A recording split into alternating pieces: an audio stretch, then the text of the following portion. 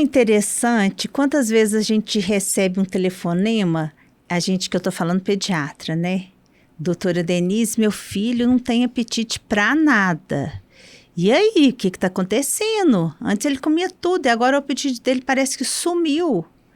Essa questão de apetite na infância é desafiador para todo mundo, para o pediatra, para o pai, para a mãe, para a avó, para o cuidador, para todo mundo.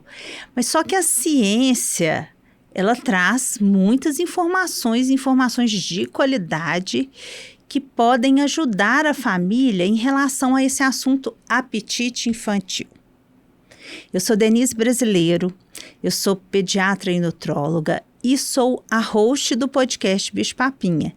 E hoje eu tenho uma convidada muito especial, a doutora Laís, que eu vou apresentar para vocês. E a gente vai conversar um pouco, nós vamos fazer um bate-papo, tentando exemplificar para vocês qual que é o nosso dia a dia na pediatria e na nutrologia pediátrica em relação aos desafios do apetite infantil, quais são as perguntas que as mães mais fazem para a gente, mas por isso a gente tem que explicar muito bem como que funciona todas as variações referentes ao apetite, porque isso não é brincadeira. Isso é um assunto tão sério que o pediatra ele deveria conversar com seus pacientes desde o primeiro consulta desse bebê para explicar muito sobre o apetite. Porque quando a família não entende o que é um apetite normal, o que é um apetite que está realmente alterado, a família, sem perceber ou sem essa intenção, pode gerar danos e causar até um distúrbio pediátrico. Laís, que delícia você aqui podendo conversar comigo. Seja muito bem-vinda. E eu queria que você contasse um pouquinho aí da sua trajetória médica, das suas especialidades, aonde você atende aqui em Belo Horizonte. Denise, obrigada pelo convite. Estou muito feliz de estar aqui com você hoje, ainda mais falando sobre esse assunto, né? É um assunto que eu adoro falar. Eu sou pediatra. Atendo no Mater Dei, no pronto atendimento, no consultório próprio, né? E também na Santa Casa, onde eu fiz residência de pediatria. Além disso, eu sou pós-graduada em nutrologia pediátrica, pela Associação Brasileira de Nutrologia, e atendo também no consultório em relação à nutrologia pediátrica. Então, é um assunto, assim, que se deixar, vou falar até amanhã. Ótimo, ótimo. Então, começando a falar um pouquinho, então, sobre o apetite normal da criança, né? Desde quando o bebê nasce, ele tem um apetite, como ele mama leite materno, né? Ou aquelas crianças que precisam de fórmula. Então, como ele mama líquido, né? O apetite, ele pode ser muito variável, mas ele é bem constante. Então, toda hora o neném precisa mamar, né? Aquela livre demanda mesmo. Tem neném que mama de hora em hora, de 2 em 2 horas, 3 em 3 horas. Não tem um padrão, período, um padrão específico, mas é mais ou menos isso, né? Claro que a família vai percebendo a necessidade, a demanda de cada bebê. Então, no início, é bem constante mesmo. Depois, à medida que vai tendo a introdução alimentar, é comum o bebê ter um interesse maior pela comida ali a partir de 6 meses, se ele já tiver os sinais de prontidão, né? Ele começa a ter um interesse pela comida e ele vai sendo exposto, e aí vai interagindo, vai ganhando segurança alimentar, e ele vai começando a ter a curiosidade em comer mesmo. Então, ali começa o apetite para as comidas sólidas. É importante falar que esse momento é muito variável. Tem pai que fala assim, pai e mãe que fala assim pra mim, nossa, mas parece que meu filho não tá gostando de comer, não tá interessado, parece que não é o momento dele. Tem outros que falam assim, nossa, mas ele tá louco pra começar a comer, deixa eu fazer antes, né? Então, isso varia, mas é perfeitamente normal, né, esse início mesmo. Então, importante falar que na introdução alimentar é um momento de exposição. O apetite mesmo, aquele de colocar na boca, engolir e tal, ele vai ser secundário, né? O leite ainda é o principal alimento desse bebê, seja fórmula ou leite materno, né? Conforme for a nutrição daquela criança. Mas ali, então, entre os 6 meses e 1 ano, é bem como diz o nome mesmo, uma introdução mesmo à alimentação. Ótimo. Né? E aí que vem, após 1 ano de idade, que eu acho que começa... A confusão está lá. Exatamente. Aí começam as queixas assim, meu filho não come mais. De repente, ele não gosta daquilo, né? Ontem ele estava comendo cenoura, hoje ele já não gosta mais. O que eu faço? Preciso de dar alguma coisa para abrir o apetite, né? Então, vamos falar sobre isso. A partir de 1 ano... Mas principalmente próximo de 1 ano e meio, 2 anos, existe um quadro que a gente chama de neofobia alimentar, mas na verdade é um nome feio, mas é uma característica comum, super presente na infância, de que vai mudando mesmo a necessidade energética daquela criança, né? E consequentemente o apetite muda. Só que isso é normal, né? Então a criança de fato às vezes come menos do que ela comia em quantidade, né? Às vezes como ela tem mais autonomia, ela tem noção, né? Ela escolhe, né? Exatamente, ela escolhe mais, ela sabe que ela tem poder de escolha, né? Então tem dia que de fato ela vai comer uma coisa que ela adorou e amanhã ela não vai comer mais. Mas não quer dizer que ela tem aversão à comida, né? Isso é muito diferente, né? Então, é um processo natural que as crianças vão passando, né? E aí, o que fica de importante nessa fase é não deixar de expor, né, Denise? Aquela família que deixa de expor, por exemplo, assim, mas eu já sei que ele não vai comer mesmo, então eu não vou colocar no prato, né? Isso só piora. Aí, sim, a gente que está promovendo uma seletividade alimentar, né? Porque a gente está deixando de expor aquele alimento para a criança. Então, ela não vai ter mais segurança naquele alimento. Ela vai esquecer mesmo que aquele alimento existe. E uma vez que você vai apresentá-lo de novo, às vezes meses depois, ela não reconhece, de fato, ela não vai comer. Não é isso? E uma coisa muito legal, eu não sabia, eu aprendi recente por conta dos exames que eu tenho feito da nutrigenética, que é aquele painel genético. Existe sim uma influência genética para as preferências do paladar. Então, você pode ter um gene, uma região ali, que vai fazer com que você realmente precise de muita doçura no alimento. É aquele paladar que você vai ter infantil pro resto da vida, sempre de muito doce. E a maioria das pessoas que tem esse gene para o paladar muito doce, porque todo mundo já tem, mas tem uns que tem mais, que é esse quando vem alterado. Tem também a percepção do amargo, então o amargo é muito amargo. Então pode ser, por exemplo, esses meninos que têm muita dificuldade de aceitar os legumes e verduras, principalmente os verdes, por conta disso. Então tem explicação genética. Isso é tão importante, porque se a gente sabe disso, aí você já tem medidas preventivas que você vai fazer desde o início para que você possa controlar essas alterações genéticas. Quais são as primeiras? Para essa questão do amargo, você vai continuar oferecendo um amargo para ele. Você não vai adicionar açúcar em nada. E vai deixar o açúcar natural dos próprios alimentos, mas nada de adicionar. Então, são meninos que a gente tem que segurar mesmo. Fez 1 ano, segura. Fez 2 anos, segura, mas não, lógico, não é radical, não é assim. Mas não é aquele menino que na sua casa pode ter, com mais facilidade, alimentos que têm açúcar ofertado. E meninos maiores, às vezes, a gente até dá um chá, que não é acrescido nem de adoçante, nem de açúcar, mas amargo, que isso ajuda a treinar os receptores para o amargo, sabe? Olha. Agora, o que não pode acontecer é deixar de oferecer. Então, essa sua fala é muito importante, que esse período de 6 meses a 1 ano, onde a criança ela tenha curiosidade, então ela vai aceitar com mais facilidade alimentos novos. Então, se você oferece, provavelmente você vai conseguir ajudar a moldar o paladar, e isso interfere no apetite, sim. Porque você escuta aquela frase, o apetite ele é muito confundido com o paladar. Então, fala assim, só tem apetite para doce, só tem apetite para pão, ou só tem apetite para isso. Então, confunde muito apetite e paladar, que acaba que a gente interpreta, né, assim, até a gente, quando a gente vai orientar a família. E outra coisa que eu falo é assim, fez 1 ano, o menino acorda diferente. Ele acorda tão diferente, é um susto tão grande, que o prato de comida dele cai pela metade. E tudo bem.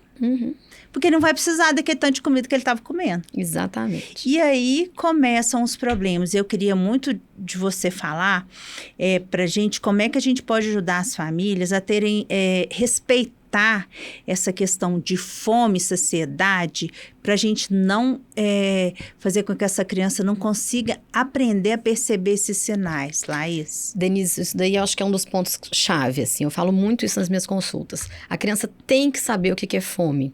Não é deixar passar fome, é diferente, né? Não é deixar passar fome. Não é isso que a gente tá falando. Porque tem gente que fala assim, deixa sem comer, e aí quando ele... Não é isso, gente. A questão é ele saber quando ele tá com fome e quando ele tá saciado. Porque, o que acontece? Isso tem uma explicação histórica, assim, né? Há 50, 60 anos atrás, ou até um pouco menos, as crianças morriam de desnutrição. Era a pior doença, né? Hoje em dia, não é mais, é obesidade. É claro que existe desnutrição ainda, a gente tem vulnerabilidade social presente ainda, infelizmente, mas não é mais. As crianças estão muito mais obesas do que desnutridas. Do ponto de vista, né, de GMC, quando a gente vai falar sobre isso. Mas, assim, o que acontece, então?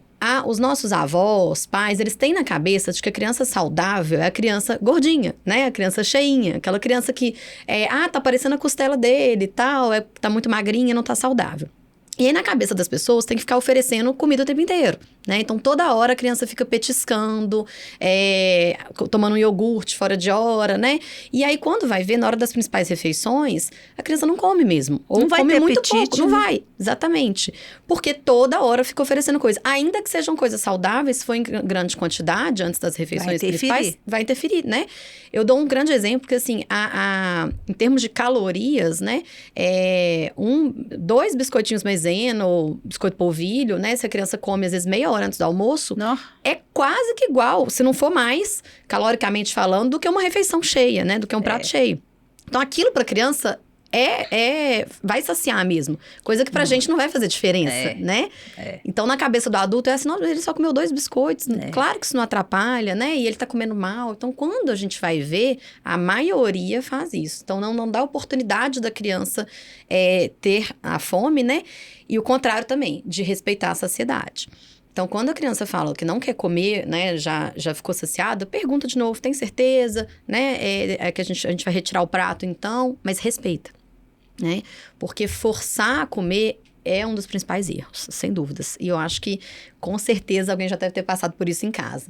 Na boa intenção de fazer a criança se nutrir, a gente acaba forçando, né? Usando frases do tipo, come que senão a mamãe vai ficar chateada, né? Eu fiz com tanto carinho essa comida, você não vai comer. Essas frases, inconscientemente, elas vão entrando na cabeça da criança, né? Isso vai atrapalhando. E acaba que ela vai comer para agradar a outra pessoa. Exatamente. E aí a gente começa a ter... Isso é muito triste. Muito. E aí começa a ser um adulto que tem uma relação ruim com a comida, né?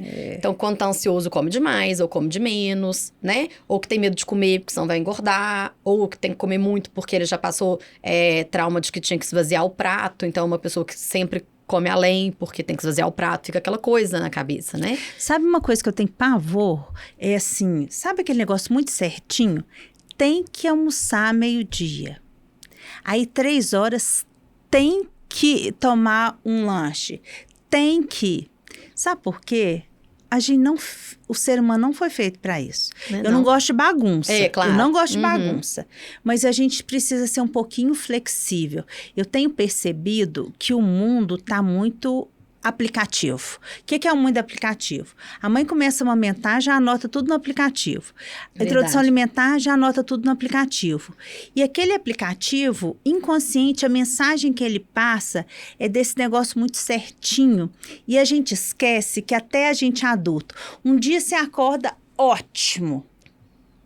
Outro dia você acorda, você não quer nem levantar da cama. Exatamente. E tudo bem. E seu apetite muda também. E o apetite muda também.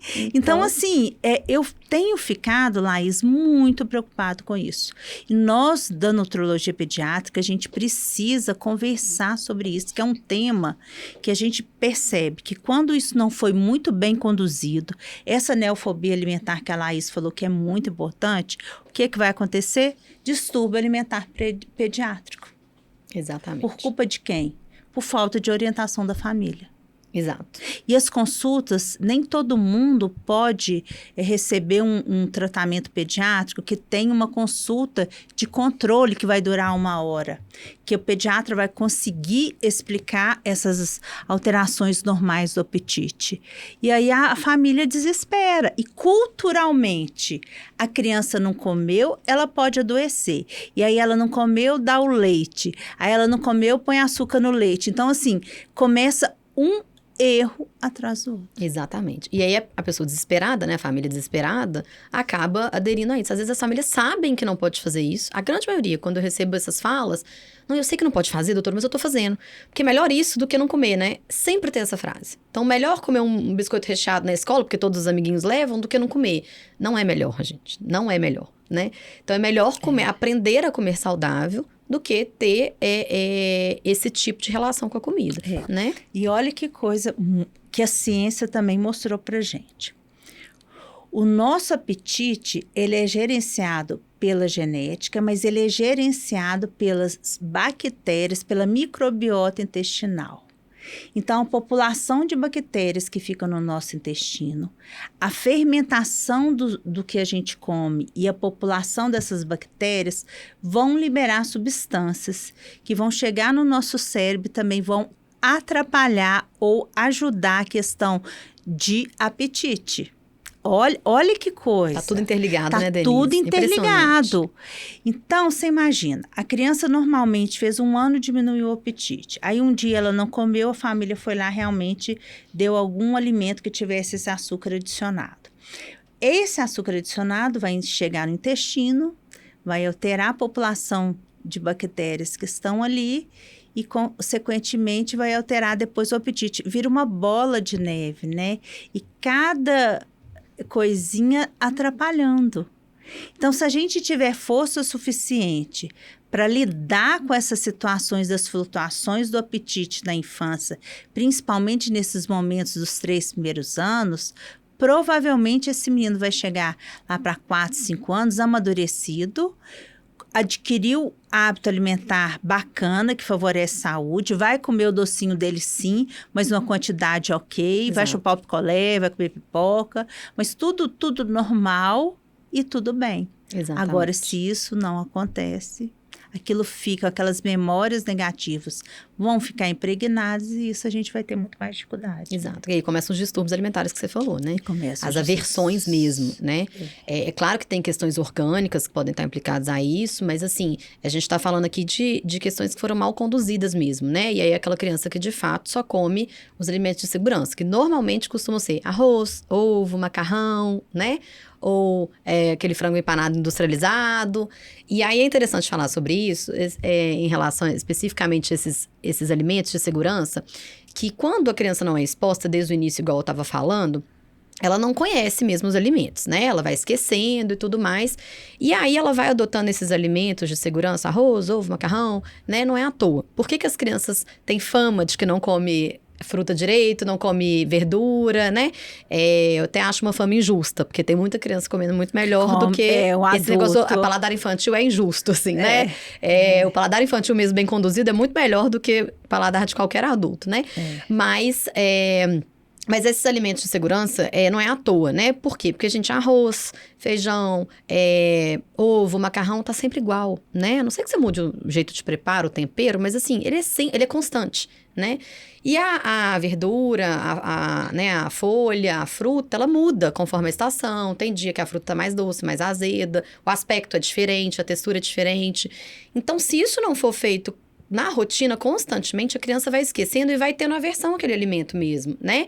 E aí se apega aos alimentos que são constantes. Então, é por isso que a criança tem essa insegurança, tende a ter uma insegurança maior com os alimentos que mudam, né? A característica. E muda, né? E então, se a gente não expõe, a gente vai perdendo essa chance, essa janela de oportunidade. Aí, de fato, uma criança maior, né, após os 3 anos, aí fica muito mais difícil de voltar atrás. É quase que a gente tem que fazer uma introdução alimentar nova, né? Nova. E aí é muito complicado. Muito mais complicado. A criança, ela reluta mais, ela entende mais. Ela fala assim, mas como é que nunca foi assim, agora vai ser assim? Isso para a cabeça da criança é muito diferente, né? E aí começa a brigar com os pais na hora da alimentação e o ambiente alimentar fica muito complicado. E às vezes as famílias desistem, né? Laís, você já escutou? Eu escuto muito, mas me conta assim, se você já escutou. Não, ela comia super bem. Aí teve uma estomatite, ficou 1 semana sem comer, quase que precisou de ir para o hospital tomar soro e depois disso nunca mais foi a mesma em termos de alimentação. Demais, né? Qualquer doença, né? Qualquer enfermidade que a criança esteja passando, é super normal perder o apetite. Primeira coisa que o corpo vai fazer é perder o apetite. porque o corpo tá voltado, né? Voltando as forças, a energia ali para combater aquele vírus, aquela bactéria. Então, independente da infecção, vai perder o apetite. Agora, se ainda é uma infecção, igual a estomatite, que são múltiplas aftas na boca, quem já teve afta na boca e sabe que é horrível, imagina ter um tanto, né? A criança vai perder mesmo. Tem criança que para de comer completamente, fica 3 dias assim sem comer nada ou mais, né? E, assim, na base do líquido, que é o que a gente tem que segurar, né? Mas isso vai trazer, se for mal conduzido nessa hora, se a família não entender, né? Que a criança está num momento difícil, né? Da enfermidade, principalmente uma enfermidade tipo essa, e conduzir mal, do tipo, forçar a comer. Não, porque tem que comer para melhorar, né? Tem essas frases, assim, se não comer, não vai melhorar a febre, enfim. E forçá-lo a comer, aí a criança começa a desenvolver uma aversão mesmo. Porque ela sabe, ela lembra, primeiro, do forçar que a família implicou, e segundo, porque ela sabe que doeu quando ela comeu, né? Por causa das aftas e tal. Aí ela já, de fato, modifica isso na cabeça dela, de que comer é algo ruim, né? Comer me causa dor, comer meus pais vão brigar comigo, eu não quero. É aquela criança que não senta mais na mesa, né? Que chora pra comer. E aí, de fato, pode ser uma coisa que fica instalada mesmo, né? Se não for bem conduzida. Então, é para ter empatia com as crianças mesmo, tranquilidade. E quando a gente tem um pediatra de rotina que consegue orientar, fica tudo mais fácil, né, Denise? Outra coisa que eu tenho muito cuidado e eu alerto para as famílias é entender, ou às vezes... Não é que fiscalizar o cuidador, a babá, não. Mas ficar atento. Porque eu já vi muitos quadros que a babá perde a paciência naquela fase que está mais difícil para acabar um almoço, só quer brincar, quer explorar o ambiente, quer correr, e aí acaba que a babá segura a criança com mais força, põe na cadeirinha e tenta forçar a comida. Não, tem que comer isso aqui. E não é só babá, não. Às vezes a própria mãe ou o próprio pai. Então, eu peço sempre para o cuidador ter essa consciência que ele não tem esse direito. E que está tudo bem. Ele não pode forçar uma criança a comer. Isso é uma coisa inadmissível. Exato. E ninguém vai morrer porque se não almoçar. Exatamente. 2 dias, não vai acontecer isso. Nosso organismo tem uma certa reserva. Né? Não é assim que acontece. E quando a gente soma 24 horas, vocês vão ver que às vezes a maioria dos meninos comeram o que eles precisavam de caloria, de nutriente. É a gente ter um pouquinho de calma. Exatamente. E menos aplicativo. Exato. Menos regras, aplicativo. Né? Essa questão do aplicativo, ela trouxe muita confusão. Porque já fica aquela imagem mesmo. Tudo tem que anotar. E aí gera uma confusão muito grande. Um checklist, né? Se você não fizer pulou uma refeição, nossa, mas aí tá errado, não sou bom pai, boa mãe, enfim, não é por aí, né? Isso que você tá falando do cuidador é extremamente importante. Quando a gente passa segurança pro cuidador que fica com a criança, seja a criança que fica na escola integral, né? Seja a criança que fica com a babá ou que fica com os avós, independente, né? Quem que é o cuidador, né, da semana da criança, é importante a gente passar essa tranquilidade, né? Eu, como pai, eu como mãe, te passo essa tranquilidade de que tudo bem se ele não comer. Porque se a gente fica... né? Falar. Exatamente, tem que falar. Tem que né? falar, ó. Porque se a gente fica... Porque senão, às vezes, você tem tranquilidade em casa, você pessoalmente tem tranquilidade, só que se você não passa pra frente, se você só pergunta assim pra escola, o que ele comeu hoje? Ou pra cuidadora, o que ele comeu hoje? O que você passa intrinsecamente pra aquela pessoa?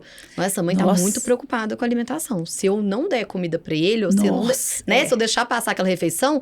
O que vai acontecer, né? Vai brigar comigo, enfim, né? A relação não vai ser boa. E não é assim. Então, a gente tem que falar, né? Que é para ser levado de uma forma, assim como deve ser em casa, né? Tranquila, né? Respeitando o apetite e o momento daquela criança, né? E tem mitos engraçados, né? Demais. Tem mito assim, gente, eu já escutei de tudo nesse mundo, tem hora que eu fico até assim, impressionada. Então, mitos assim, um bebê que está começando a introdução alimentar e está vendo a gente comer um chocolate, um ovo de Páscoa, né? Agora foi demais, né? Não, doutora Denise, mas se ele ficar magoado, ficar aguado, porque eu não dei o chocolate para ele, isso vai gerar um trauma e ele vai parar de comer, ele vai perder o apetite. Tem coisa engraçada demais. Daí pra mais. Né? Daí pra mais. Tem simpatias que a gente pode fazer pro apetite voltar. E aí tem um tanto de coisa, né? Um tanto de coisa. Dá livro. Livro, assim, e para cada região do nosso país, que é muito grande, tem coisas muito interessantes selecionadas a apetite de criança. criança. E aí fala assim, você está comendo demais, pode ser verme. Exato. Se está comendo demais, olha o que está acontecendo. Então, tá anêmico. Tá anêmico. Assim. Então, tem essa confusão aí que sempre, às vezes, tem um pouquinho de fundo de verdade, tem que ver o que está acontecendo com a criança. Mas o apetite e as questões emocionais são juntinhas. Exato. E é assim, às vezes um menino, ele pode parar de comer porque ele está nervoso, porque ele vai ter uma prova amanhã, ou ele pode comer demais porque ele tem uma prova amanhã. Então, a gente não sabe como que aquela pessoa vai desenvolver aí em cima disso. Agora, a gente já está chegando mais ou menos ao fim, mas nós vamos tocar num assunto que é um assunto de utilidade pública, que são os medicamentos que abrem o apetite. Tem um podcast do Bicho Papinha que a gente conversou muito sobre isso, fazendo os alertas, mas eu queria escutar a opinião da doutora Laís. Denise, volta e meia a gente recebe essa pergunta, mas não tem um medicamento para dar para abrir o apetite? Ou esses polivitamínicos já não vamos dar porque está comendo mal, né? Gente, não existe medicamentos, né, para abrir apetite. Apetite precisa de duas coisas. A gente precisa de ter vontade de comer, aí é aquela questão que a gente falou de ter fome, né, de dar a oportunidade da criança ter fome, e precisa de segurança alimentar. Eu dou um exemplo simples no consultório. É igual quando você tem um alimento estragado lá na sua geladeira, né? Você tá com a aparência de estragado, com o cheiro de estragado, você não vai colocar na boca e comer. Ninguém faz isso. No máximo, alguém coloca um pouquinho na ponta da língua, no máximo, né? Por quê? Porque aquele alimento nitidamente não te traz uma segurança para colocar na boca. É isso que a criança precisa de ter. Ela só vai colocar na boca um alimento que ela tem segurança. Sim. Isso nenhum medicamento vai fazer, né? E a gente tem no mercado várias opções aí que vão trazer efeitos colaterais, possibilidade de alergias, né, a compostos e que não vão trazer benefício algum, né? São falsas promessas aí e que a gente só tem danos, na verdade, né? Não tem benefício nenhum. O zinco é um mineral muito importante para o apetite, porque o zinco baixo, ele altera a percepção dos sabores na nossa língua, nas papilas gustativas. Então, assim, uma criança que comia e parou de comer ou reduziu muita quantidade, é interessante da gente fazer uma dosagem de zinco para ver se a gente suplementa esse zinco. E várias crianças, às vezes, a hora que volta para ter um zinco normal, começam a comer novamente. Mas é zinco, não é remédio para abrir o apetite. E outras deficiências, como anemia por falta de ferro também, quando a gente corrige, essa criança vai ficar mais alerta, vai brincar mais e ela vai ter um apetite mais normalizado, porque no período mesmo da anemia, ela fica completamente sem apetite. Então, é a gente entender que realmente não tem fórmula mágica. O apetite sofre variações, cada caso é um caso, mas que vocês... né, você pai, mãe, cuidador, pode começar já a ficar atento e alerta. E eu gostei demais, eu vou frisar essa chamada de atenção que a Laís fez para você realmente falar para o cuidador que você não está importando com a questão de comer todo o prato, de comer de tudo ali, que você está respeitando a criança em primeiro lugar. E que se ele ficar com alguma dúvida, trazer essa dúvida e tudo bem. E tudo bem. Muita mãe fica triste quando o menino não come o prato porque ela acha que a culpa é dela. E não é culpa da mãe. Vem a primeira coisa na cabeça dela. O que eu estou fazendo de errado? Exatamente. É uma coisa que eu pergunto no consultório quando tem essa queixa. A primeira coisa que eu pergunto, e quando tá o pai, a mãe, o cuidador, é melhor ainda. Eu sempre gosto de dar a oportunidade de vir mais pessoas na consulta, né? Eu pergunto, o que é comer bem pra você? Pergunto individualmente. E você vai ver, as pessoas respondem coisas diferentes. Às vezes pro pai comer bem é comer o prato inteiro, pra mãe é comer variedade, né? E aí quando você vai ver, a família não tá conversando mesmo, né? Então, assim, às vezes o menino já está comendo bem do ponto de vista de um e pro outro não. E é só uma questão de ponto de vista, né? Então, precisa ser conversado isso, né? O que é o comer bem, ou, né? Até a questão cultural, enfim. Isso é muito importante, né, Denise? Uma das coisas que meu olho brilha quando eu estou numa consulta é quando eu escuto uma criança falando para a mãe, eu tô com muita fome. Porque eu entendi que ela percebeu que ela está com fome. Porque é tão triste quando chega para a gente, e eu pergunto para as crianças maiores, né, quando já estão conversando na consulta, eu pergunto, que horas do dia que você sente fome? E a hora que fala assim, eu não sei o que é sentir fome, eu não tenho esse sentimento. É triste demais. Demais. Não tem percepção sobre o próprio corpo. Não né? tem percepção sobre o próprio corpo. É. Então, agora eu tive a oportunidade de conhecer a Mari, que é mãe de 12, né? De coração de mami. E ela é uma querida. E aí, ela contando, né? Que os 5 primeiros comem super direitinho e que veio um que parece que come bem, mas não come tão bem, está influenciando o restante dos outros, né? Porque tem isso também. Apetite contagia. Você está num lugar que todo mundo come muito, você acaba comendo muito também. Exatamente. É porque vê aquela relação com a comida, né? A comida é social, né? A comida é social. Não tem jeito. Agora, também, quando você está naquela casa que o povo ninguém come, pode saber que ninguém vai comer mesmo. Exatamente. Porque já vai ver que aquilo já chega todo mundo com um clima de tensão, né? Exatamente. Porque não tem aquela energia que comer é uma coisa boa. Exato. Que comer é uma coisa boa. A relação boa com a comida, né? E esse ano, todas as oportunidades que a gente tiver, né, para conversar com pai e mãe, a gente vai falar sobre a importância de comer em família. Pode ser uma refeição do dia, mas faça daquela refeição um momento mais feliz do dia. Põe uma mesa bonitinha, não joga comida de qualquer jeito no prato da criança, ou põe uma vasilha bonita, fica esperando sua visita chegar para pôr uma vasilha bonita na mesa, pra gente, né? É pra gente. Isso faz toda a diferença, gente.